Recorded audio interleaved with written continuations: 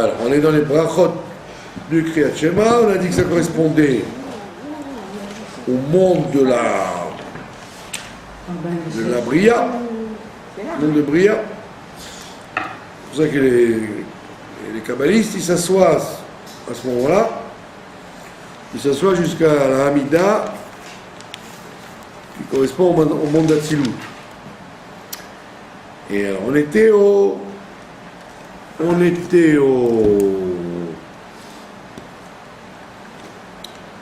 Alors, on va refaire la bracha. La bracha. Ça commence par Baruch Ata Hashem, Elokeinu melech haolam. Yotzero, qui fabrique la lumière et qui crée l'obscurité. Donc on voit que la lumière, c'est au niveau de Yetzira, et le Chocher, c'est au niveau de Bria. Donc on voit que l'origine de l'obscurité est plus grande que l'origine de la lumière. D'accord? Comme on a expliqué plusieurs fois, qu'il y a deux visions dans l'obscurité. Il y a l'obscurité qui est due à une absence de lumière. D'accord? Donc quand les êtres humains ils ne font pas la volonté de Dieu, ils rajoutent de l'obscurité. Quand ils font la volonté de Dieu, ils repoussent l'obscurité. Ça, c'est l'obscurité et la lumière rendent que l'un est l'absence de l'autre. Mais il y a un degré qui s'appelle l'obscurité qui ne dépend pas de ce que vous faites vous. Il ne dépend pas de l'action des hommes. Et ce degré de Chocher, c'est un Chocher qui est plus grand que la lumière. D'accord? C'est pour ça que le monde il commence avec ça d'ailleurs. On a eu Erev, on a eu Boker. D'abord il y a eu la nuit, après il y a eu le matin. Ça veut dire que l'obscurité elle est précédente à la lumière. D'accord? Et cette obscurité-là, celle-là, ça ne dépend pas de notre travail. Donc, on affirme ça le matin. Ose shalom uvorei et hakol. Il fait la paix et fabrique tout. Alors, à l'origine, dans le passouk originel, dans Yov, il y a écrit Ose shalom uvorei et hara. Il fait la paix et il crée le mal. Mais comme les Chachamim n'ont pas voulu dire ça dans la tfila, sinon ils auraient fait peur aux gens, alors ils ont remplacé le mot Ra par le mot Kol. Donc le tout, ça comprend le mal aussi. Mais ce shalom aurait ta Kol. D'accord? Alors, Amir Laaretz Veladarim ala Barachamim, celui qui brille sur la terre. Veladarim, mais sur les gens qui l'habitent. La darim aléa, ceux qui habitent sur elle. Berachamim, dans la miséricorde. Donc il brille sur la terre avec miséricorde. Ou vetuvo, et dans sa bonté, mechadesh bechol tamid, aseh vereshit. Et dans sa bonté, il renouvelle chaque jour la création du monde. On vous dirait en quoi c'est une bonté. Pourquoi c'est une bonté de renouveler tous les jours la création du monde? Parce que si la création du monde n'était pas renouvelée tous les jours, alors vous auriez dit, ce qui est arrivé est obligé de rester comme c'est. D'accord? Ah ouais, on n'a pas envie que les choses ne bougent pas, on veut qu'elles évoluent. Donc c'est une bonté de renouveler chaque jour ce qui se passe. D'accord? Sinon, vous auriez dit, ce qui est bien reste bien, ce qui est mal reste mal, et on ne peut plus rien faire. Il dit non, comme c'est renouvelé, par sa bonté, donc on peut tout changer chaque jour. D'accord? Marabou Maasecha Hashem, comme elles sont grandes, tes actions, comme tes actions sont grandes, il y a un passage qui dit Magadlou Maasecha Hashem, elles sont grandes, et là, Marabou, elles sont nombreuses. Donc il y a deux sortes d'actions chez Dieu.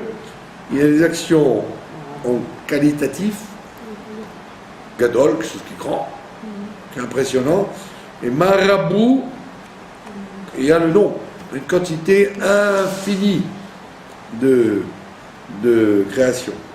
D'accord? chaque création peut... Vous avez quatre mondes, le monde du parlant, le monde de l'animal, le monde végétal, le monde minéral. D'accord? Et à l'intérieur de chaque monde, vous avez une infinité de créatures. D'accord? Marabout. Et ça, on s'extasie de ça. Quoi.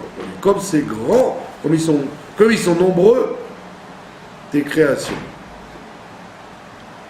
D'accord? Kulam bechorma asita, et tu as tout fabriqué avec une grande sagesse. D'accord?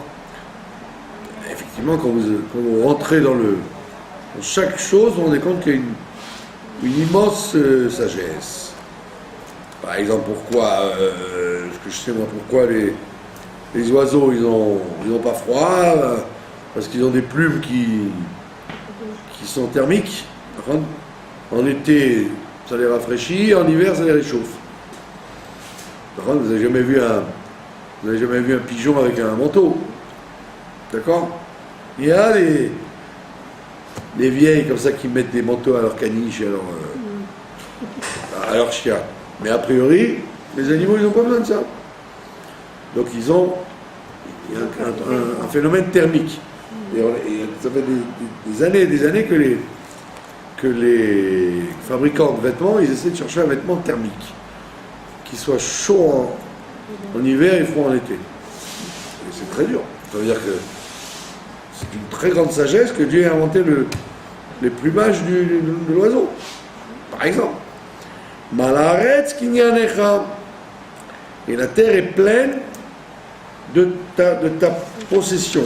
Alors, on l'a expliqué plusieurs fois. C'est quoi le kinyan de Dieu? Quoi, il a dû acheter avec l'argent la terre? Comment il a acheté? C'est-à-dire acheter. Il a acheté la terre. La terre est pleine de ton kinyan. Qu'est-ce que ça veut dire? Alors on a expliqué que l'objet qui appartient à quelqu'un, c'est en vérité quelqu'un. L'objet, il est comme le bras, le pied font partie de la personne. Les objets qui sont à lui, ça fait aussi partie de sa personne. Seulement, nos yeux ne voient pas la propriété. Votre main, tout le monde peut comprendre que c'est votre main, mais votre stylo ou votre chaussure, si vous l'enlevez, on va savoir que c'est à vous. D'accord? Il y a des ondes entre vous et l'objet que vous ne pourrez pas trouver. Donc l'objet, c'est vous. Mais comme l'objet, c'est vous, mais il est détaché de vous, donc ça, on n'a pas l'impression qu'il est à vous. Et donc c'est ce qu'il te dit. Le monde, il est appelé le kinyan de Dieu. Donc, le monde est appelé le kinyan de Dieu pour nous expliquer que de la même façon que le monde a l'air détaché de Dieu, mais en réalité, il est rempli de lui. Comme l'objet. Comme l'objet qui fait partie de vous, bien qu'il soit séparé de vous. Amelech Amromam Levodomeaz. Le roi Améromam, transcendant, Levado, tout seul, Méaz depuis toujours. Donc il a toujours été tout seul. Il a toujours été tout seul et transcendant. C'est pas nouveau. D'accord? C'est pas qu'il a décidé d'être dans ce monde-là, puis après il a dit bon, je vais m'éloigner. Non, il a toujours été Méromam, il a toujours été en dehors. D'accord? C'est pour ça que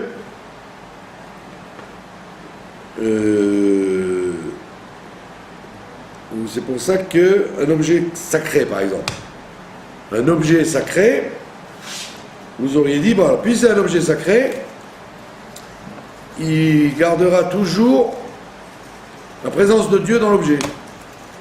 Bon, vous voyez que non. Vous n'attrapez pas Dieu parce que vous avez attrapé l'objet sacré.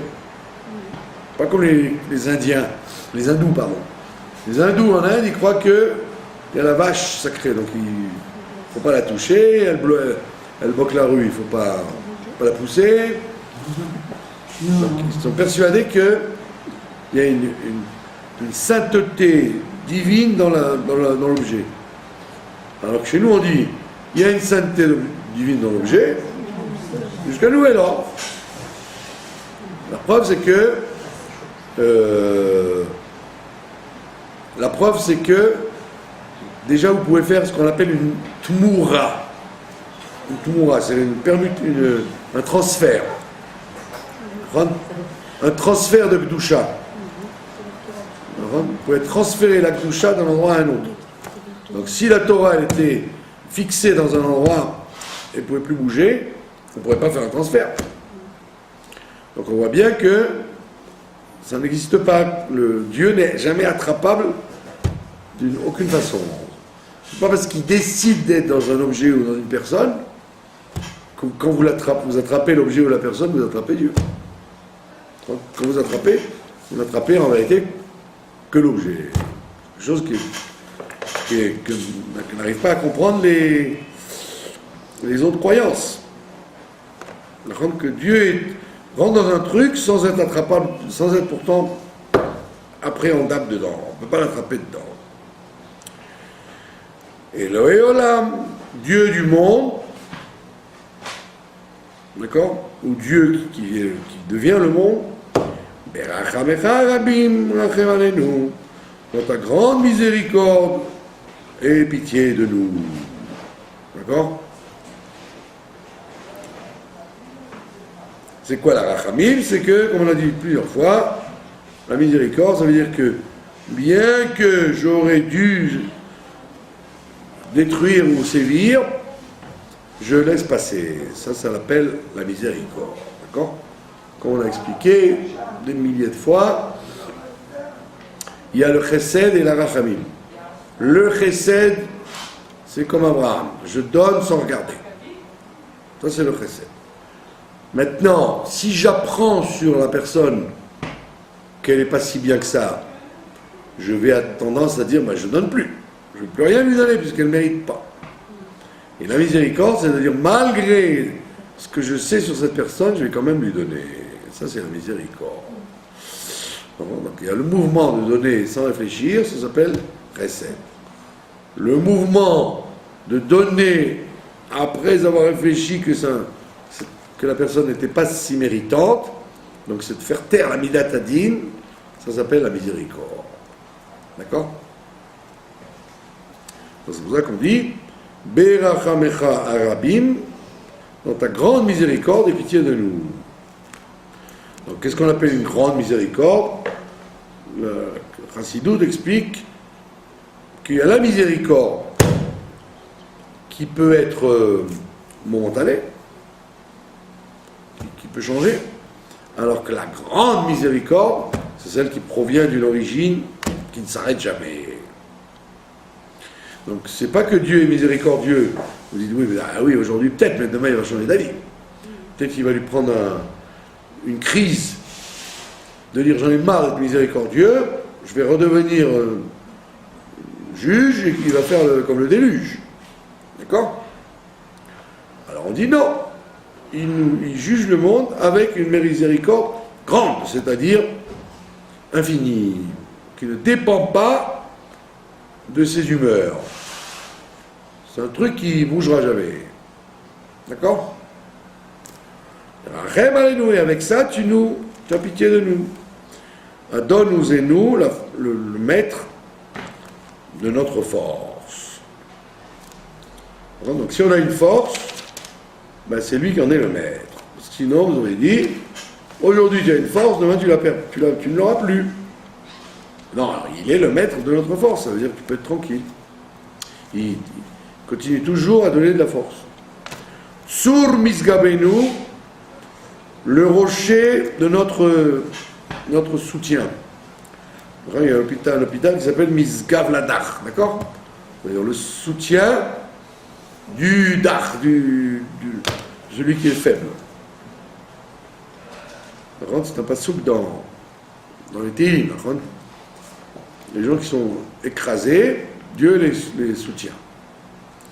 Donc il est le rocher de notre soutien. Donc il nous empêche de nous écrouler, ça veut dire. Magen ish einu, Magen Ishenu, le protecteur de notre délivrance. Qu'est-ce que ça veut dire, le protecteur de notre délivrance? Un Magen, c'est un bouclier, d'accord? C'est quelque chose qui protège des coups. C'est ce qu'on appelle un bouclier, comme vous diriez une porte blindée, quoi. D'accord? Donc ça veut dire que notre délivrance, elle est sans arrêt remise en cause par les accusateurs qui disent non, qu'est-ce que tu vas leur apporter la délivrance, ils ne méritent pas. Donc les accusateurs, qui sont en vérité nous, qui sont nos actions, empêcheraient la délivrance, et malgré tout, Dieu il protège et il se met en tant que bouclier entre les accusateurs et la délivrance. Parce que nous on ne voit pas, il y a un jeu entre les anges défenseurs et accusateurs, et il arrive que les anges accusateurs ils soient plus forts. Donc quand vient le moment où on a besoin d'une Yeshua, d'être délivré d'une situation, nos mauvaises actions auraient pu empêcher cette délivrance. Ouais. Et donc il y a un magen, un bouclier qui se met pour empêcher les accusateurs de dire leurs mots. C'est ça que ça veut dire magen est chez nous. Il protège notre délivrance, il empêche les accusateurs qui sont nombreux de dire allez, enfonce-les, ils sont pas méritants.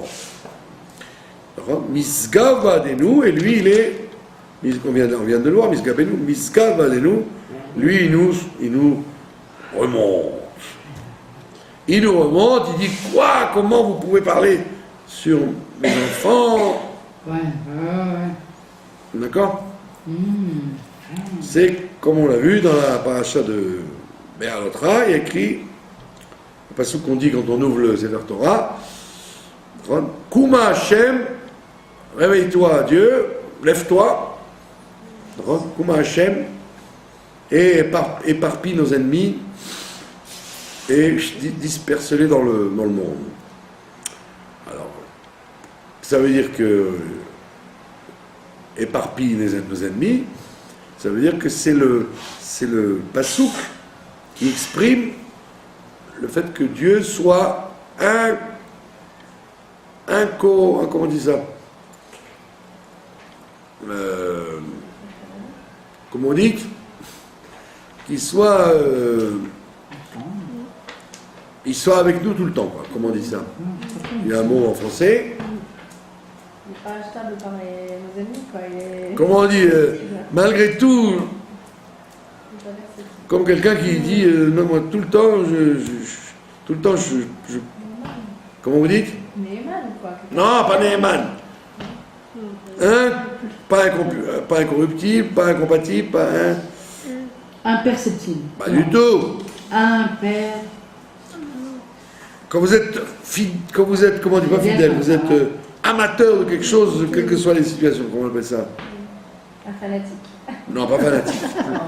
Il y a un autre mot en français qui ne me revient pas. Bon, il va revenir. Donc il est... Parfait. Hein? Parfait. Mais non, c'est-à-dire malgré tout ce qu'on peut dire, il sera avec nous. Impalpable. Non. Non. Bon, vous ne m'aidez pas. Je retrouverai. Pas incorruptible, pas incorrigible, pas inconditionnel, voilà, il est inconditionnel. Ah oui, on l'a déjà vu. D'accord? Ouais. Donc c'est ça, c'est pas ce qui dit Kuma Hashem, réveille-toi et éparpille nos ennemis. Ça veut dire que si on était méritant, on n'a pas besoin de dire ça. Parce que nos ennemis, on n'aurait pas besoin de les éparpiller, ils s'éparpilleraient tout seuls. Donc quand on veut dire que Dieu est inconditionnel de son peuple, c'est ce qu'on dit ici, Miskav Badeno, il est tout le temps pour nous. Donc il est subjectif, quoi. D'accord? El Baruch Gedol Dea. C'est un Dieu qu'on doit attirer. Gedol Dea qui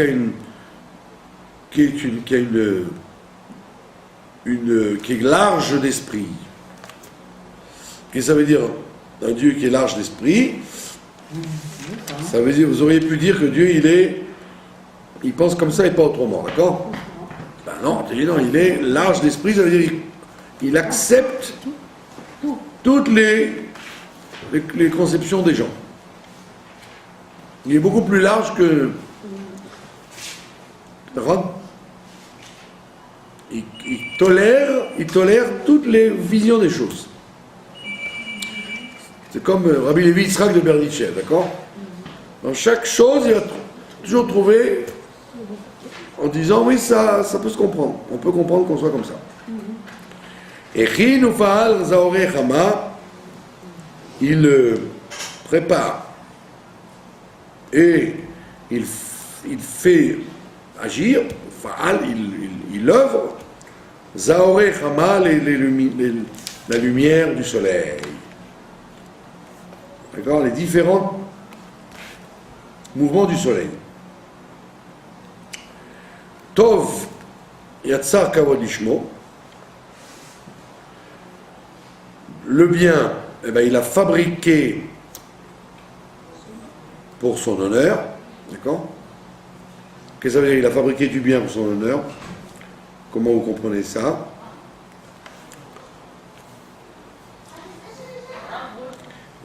Qu'est-ce que ça veut dire qu'il a fabriqué du bien pour son honneur? Ça veut dire que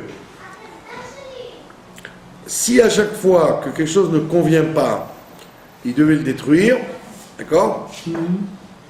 Ah ben, dans ce cas, à ce moment-là, les gens diraient qu'est-ce que c'est que cette création complètement fantaisiste? Une fois il y a ça, une fois ça disparaît, une fois ça revient, d'accord? Donc comme il y a Dieu il a besoin qu'on dise qu'il n'est pas versatile, qu'il ne change pas d'avis tout le temps, donc il reste bon avec toutes les créatures pour que le monde, pour que les gens ne disent pas ah tiens il y avait la lune mais il n'y avait plus de lune. C'est bizarre cette création là de Dieu. Il est changeant, il crée des choses, il les enlève, il dit non, il est obligé de maintenir les choses pour que les gens, pour son honneur, pour pas que les gens parlent, les gens jasent. Vous avez compris? Vous voyez ça dans une usine ou dans une école. Si vous voyez tout le temps les professeurs changer, les directeurs changer, les gens vont dire mais c'est quoi cet endroit-là? La semaine dernière, c'était quelqu'un, maintenant c'est quelqu'un d'autre. Donc ça donne un mauvais nom à l'endroit. D'accord? Alors que si vous voyez toujours les mêmes, vous dites c'est un endroit sérieux, qui a de l'ancienneté, qui tient la route, etc. Donc c'est exactement, si on peut dire, Dieu fait la même chose avec ses créatures. Si chaque fois que quelque chose ne méritait pas, il le détruisait, d'accord? Alors vous auriez dit, mais c'est quoi cette créature-là, cette création dans le monde? Des races qui viennent, qui disparaissent, des nouvelles... D'accord? Donc tout ça, c'est pour son honneur. C'est exactement l'argument de Moshe Rabbeinu. Moshe Rabbeinu, de cette semaine, dans la paracha de Shlach. Quand Dieu il dit, je vais les exterminer tous, Moshe, il lui dit, qu'est-ce que vont dire les goïms? Ben, on avait raison. Quand vous sortiez d'Égypte, vous allez mourir dans le désert. On avait donc raison de les empêcher de sortir et... C'est-à-dire que Dieu, il ne sait pas ce qu'il veut, il les fait sortir, après il les tue dans le désert. Maintenant, après. Donc Dieu, Moshe, il a dit, tu sais quoi? Étale leur mort pendant les 40 ans, comme ça les gens ne verront pas comment ils disparaissent. Les vieux disparaissent et les jeunes se lèvent, donc les gens vont dire, bon, bah, c'est normal, c'est la vie. Une génération s'en va, une génération arrive. Donc c'est l'argument du kavod du nom que Moshe a utilisé. D'accord? Ne les détruis pas, sinon les nations vont dire c'est quoi ce Dieu qui change d'avis tout le temps? D'accord? Donc la même chose, tout se passe tous les jours, que Dieu garde sa création par sa bonté, mais en vérité pour son kavod, pour que son honneur ne soit pas ridiculisé. Meorot Natan Sevivot Uzo. Des luminaires, il a mis, d'accord? Nathan, en hébreu, Nathan, c'est pas seulement donner, c'est aussi mettre. Quand on dit la tête, en hébreu, ça ne veut pas dire seulement donner, ça veut dire mettre. Ouais. D'accord? Nathan, il a mis des, comment on appelle ça, des luminaires, des astres, Sevivot Uzo, qui font qui tournent autour de sa force. Ça veut dire, c'est comme dans une armée, quoi. Des fois, les armées, l'OTAN, par exemple. L'OTAN ou les Russes, ils font des manœuvres en Méditerranée ou dans le Pacifique pour montrer qu'ils sont là, quoi. Alors ça fait peur, pour montrer des avions qui volent, pour montrer que ça montre la force du pays. Si le pays dit nous sommes très forts, mais que vous ne voyez pas un avion et pas un tank, vous dites oh, c'est des histoires ça. Alors ils font des manœuvres, soi-disant d'entraînement, et comme tous les caméras filment ça, les gens disent ouh là, il ne faut pas rigoler, hein. Vous vous rendez compte ce qu'ils ont comme bateau et comme arme. Donc Dieu il fait pareil, il met des luminaires partout, donc il met des milliards d'astres pour montrer sa force. D'accord? Pinot Tseva Kedoshim.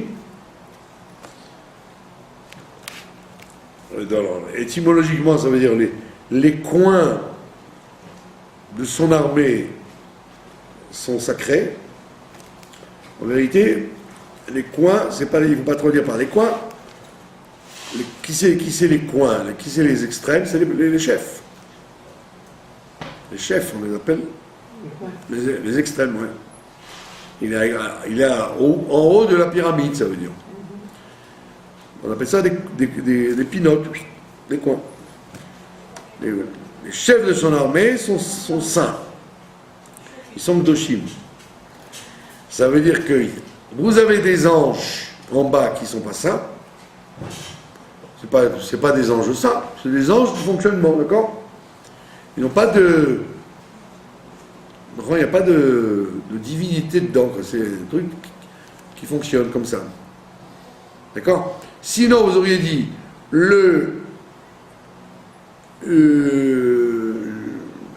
j'ai un concombre, il a automatiquement un ange qui le fait vivre, sinon il ne vivrait pas ce concombre. Donc l'ange qui fait vivre le concombre, eh ben, il n'est pas saint, il n'est pas kadosh. La preuve, c'est que le concombre, vous pouvez le jeter, vous pouvez le donner au lapin.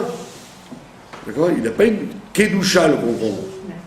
Pourquoi? Parce que l'ange qui l'anime n'a pas non plus de kedusha. Alors que quand vous montez dans la pyramide, eh ben, en haut, vous avez des chefs, des anges qui sont saints.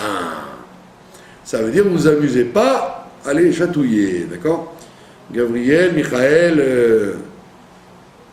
Raphaël, c'est des anges qui sont kedoshim, donc il faut les manipuler avec le plus grand respect. D'accord? Alors on vous dit, Michael, il va défendre les Juifs. Gabriel, il va punir les ennemis, etc. Raphaël, il va soigner. Donc c'est pas des anges subalternes, ce sont des anges qui sont sacrés. D'accord?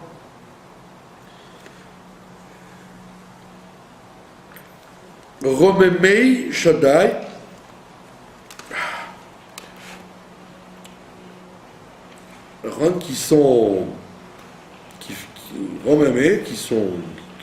Qui exaltent, ça vient du mot ram, qui veut dire soulever, qui lèvent la louange, ils exaltent, Shaddai, Shin Dalet Yud, le nom de Dieu qui fabrique les anges. Quand Dieu fabrique des anges, on l'appelle Shin Dalet Yud.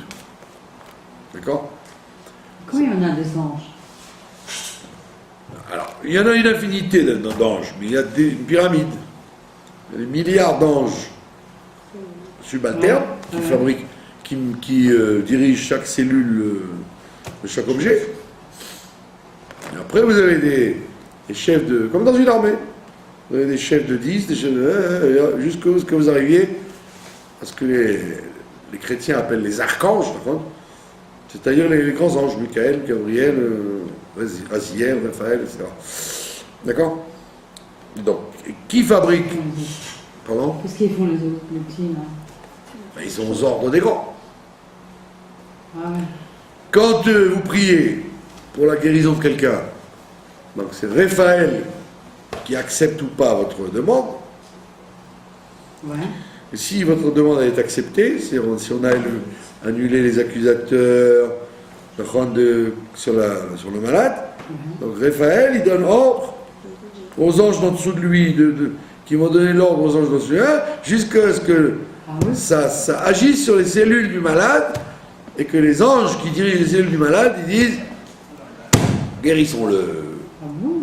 Ouais, donc c'est toute une, comment on appelle ça, une hiérarchie. D'accord? Donc des fois ça passe par un médicament, des fois ça passe par le temps qui guérit. Ouais. D'accord? C'est pour ça qu'on dit Tov, la Rofim, le meilleur des docteurs, il va en enfer. Parce qu'il croit que c'est lui qui a soigné. En réalité, non. Lui, il a eu une bonne idée, mais il a fallu que Raphaël il dise on le guérit, on le guérit pas celui-là. Quand Raphaël a décidé qu'on le guérit, alors il met en branle tout le système et tous les employés d'en dessous, ils acceptent de le guérir ou pas.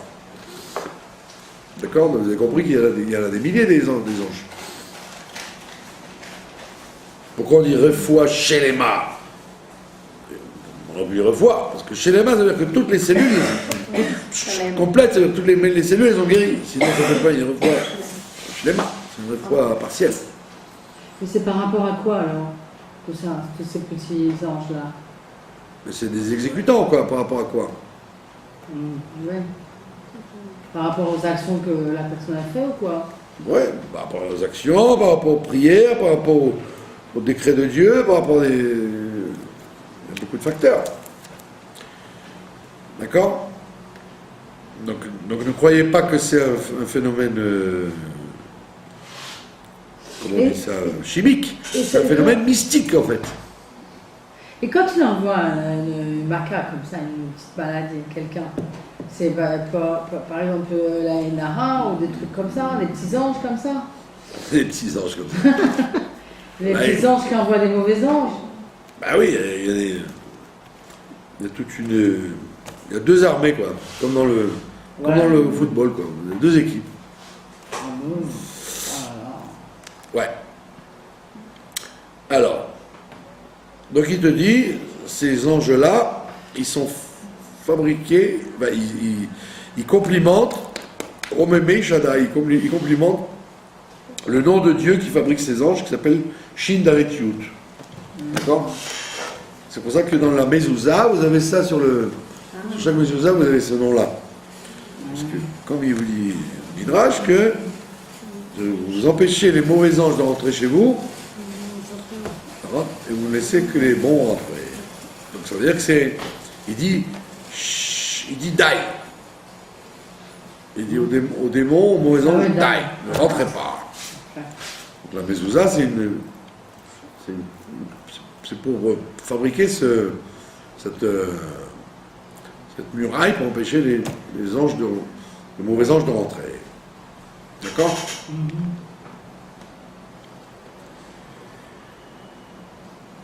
Bon, tout ça, évidemment, nous, on n'y croit pas, parce que on n'a jamais vu en laboratoire de quoi il a l'air, l'ange du petit pois et l'ange du concombre.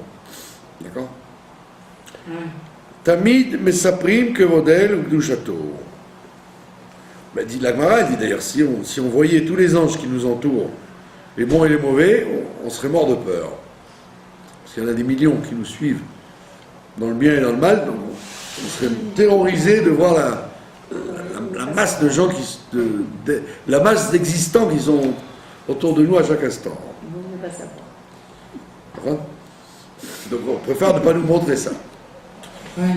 Alors, quand vous parlez des bonnes choses, alors effectivement, vous attirez ou vous fabriquez des anges sympathiques, Ouais. qui mettent une bonne atmosphère autour de vous. Donc, en général, c'est nous qui les sécrétons dans ce que nous faisons. D'accord ? Ouais. Alors, Tamid mesaprim kevodel, tout le temps, mesaprim kevodel, ils vont raconter la gloire de Dieu. C'est pour ça que tous les jours on fait la même chose, on répète la gloire de Dieu tous les jours, puisque le monde est recréé chaque jour. Alors comme les anges le font, on le fait aussi. C'est ça l'intérêt de cette bracha. Tamid mesaprim kevodel, ukdushato, il raconte tous les jours la gloire de Dieu et sa sainteté. Titbarech Hashem Elokeinu Vashamayim, que Dieu soit béni aussi bien Vashamayim mal dans les cieux en haut, Valaretz mitachat, que dans la terre en bas. Donc, comme on dit dans la Kabbalah, Vashamayim, il y a deux niveaux dans Shamayim. Il y a les cieux et l'origine des cieux. On appelle Vashamayim mimal. Les cieux, tout ce qui est spirituel, et l'origine du spirituel. Et il y a la terre, et à la terre, ce qu'on appelle la terre spirituelle, et mitachat, la terre matérielle qui provient de la terre spirituelle. Donc on appelle ça alaretz mitachat. D'accord ? Al kol sheva maseyadecha, sur toute louange. Surtout, ils font une louange de tes actions. Ve'al meoreor sheyatzarta, et tous les meoreor, les astres lumineux, sheyatzarta que tu as fabriqué, yefarucha sela, tous les anges, tous les astres lumineux que tu as fabriqués, te glorifieront éternellement. D'accord ? C'est ce que la Gemara a dit. D'ailleurs, elle dit, mais or et or, ça veut dire qu'il y a des astres qui dispensent de la lumière, et il y a des astres qui n'en dispensent pas. Donc c'est pas comme les gens croient, que tous les luminaires sont automatiquement lumineux. Il y a des astres éteints, quoi, qui sont là aussi pour faire marcher la machine. D'accord ?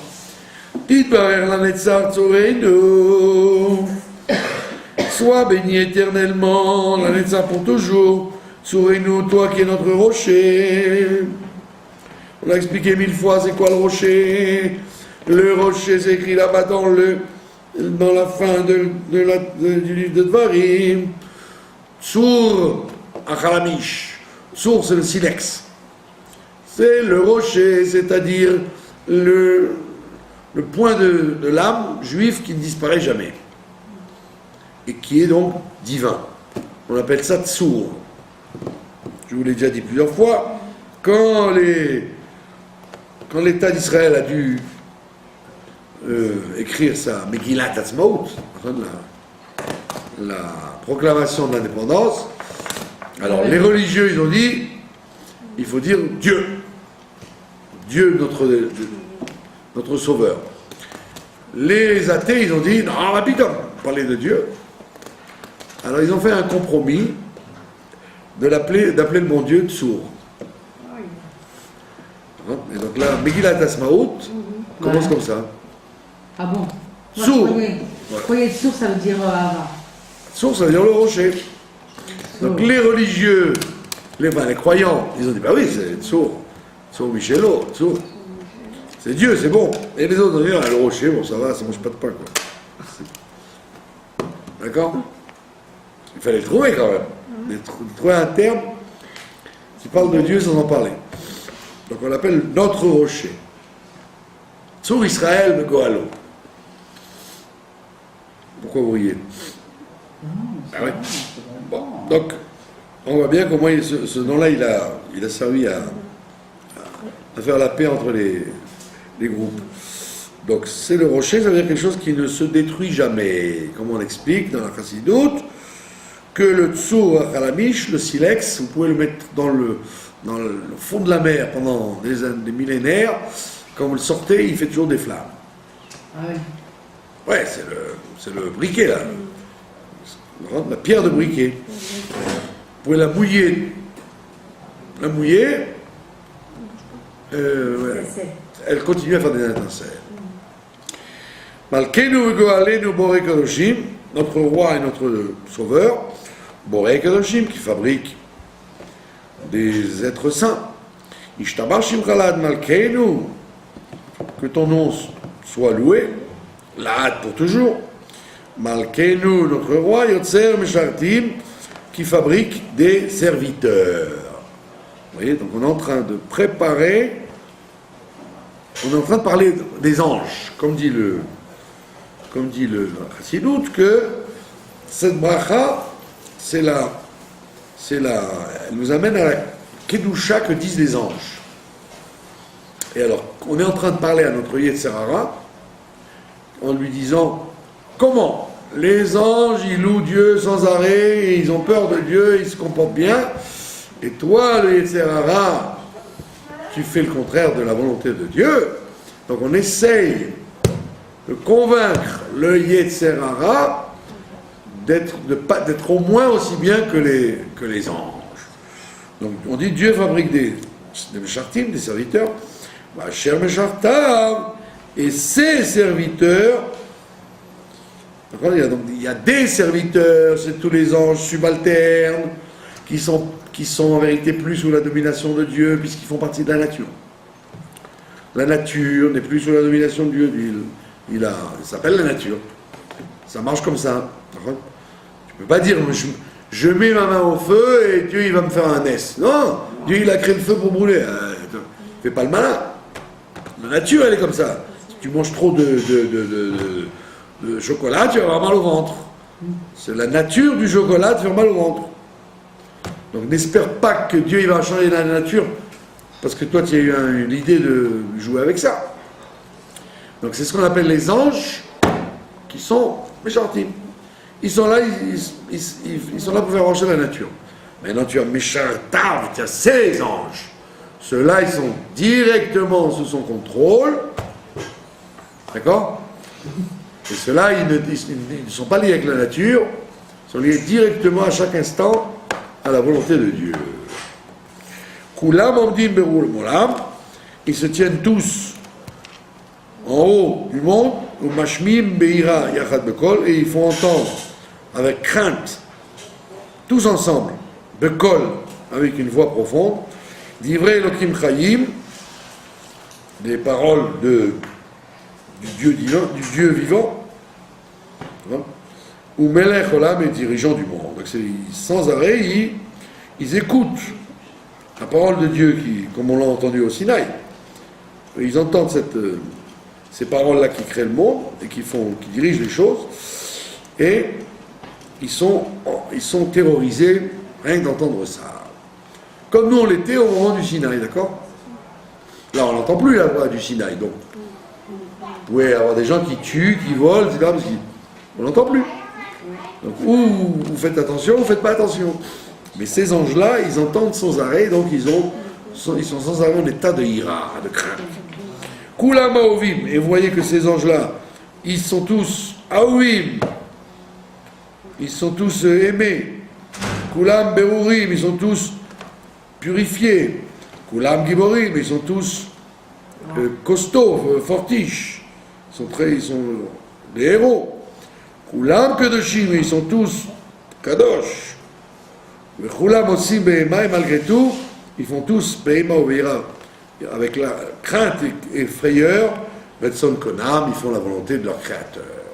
Donc si on est en train de te parler à toi, on te dit, toi qui te prends pour pour quelqu'un d'aimer, de purifié, de fort et de saint.